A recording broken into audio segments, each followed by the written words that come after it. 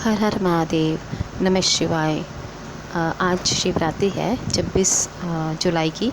और शिवरात्रि वाले दिन हमें प्रदीप मिश्रा जी ने शाम को जो पूजन करवाने के लिए बोला है, उसके लिए जो सामग्री हमें चाहिए होती है उसके बारे में मैं आपको बताना चाह रही हूँ।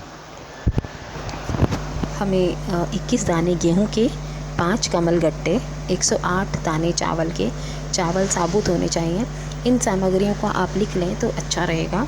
और 21 काली मिर्च, थोड़े काले तिल, 1 धतूरा, 7 बेलपत्र, 7 शमी पत्र, 7 सफ़ेद पुष्प, जिसमें आप सदाबहार का फूल ले सकते हैं और कोई फूल नहीं लेंगे, या सफ़ेद गुलाब भी ले सकते हैं, कमल के फूल भी ले सकते हैं।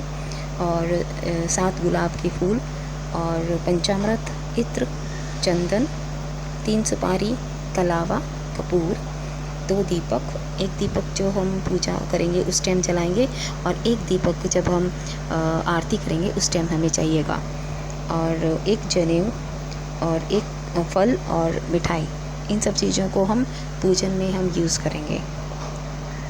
और जिस पार्थिव शिवलिंग का निर्माण करेंगे हम लोग, उस पार्थिव शिवलिंग की अगर मिट्टी आपने 3-4 दिन पहले ला रखी है तो उसे हमें आते ही जल का छींटा देना चाहिए। और फिर उसके बाद हम कभी भी निर्माण कर सकते हैं। मान लो आप सोमवार को आप इसका निर्माण कर रहे हैं तो आप इसे सुबह ही इसे भिगो दें ताकि हम इसे बना दें। और उस मिट्टी से हमें भिगोना चाहिए, जो उस मिट्टी को हमें उस पानी से भिगोना चाहिए, जैसे कि जिस पानी को हमने अपने किचन के अंदर मटका जो हम रखते हैं पानी का, उसके पास एक लोटा रखेंगे और उस लोटे के ऊपर एक कटोरी और उसके ऊपर एक चावल का दाना रखा होना चाहिए, और वो 15-20 मिनट उस मटके के पास रखा होना चाहिए।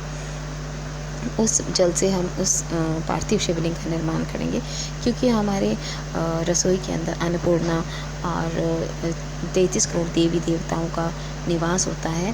तो इन सबका भाव उस जल में आ जाता है, और शंकर भगवान जी इससे बहुत प्रसन्न होते हैं। इसलिए हमें ऐसे जल से उस शिवलिंग का निर्माण करना चाहिए।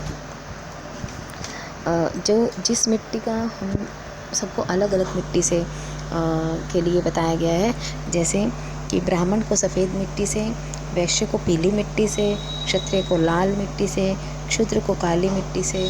इन सब मिट्टी से हमें निर्माण करना चाहिए।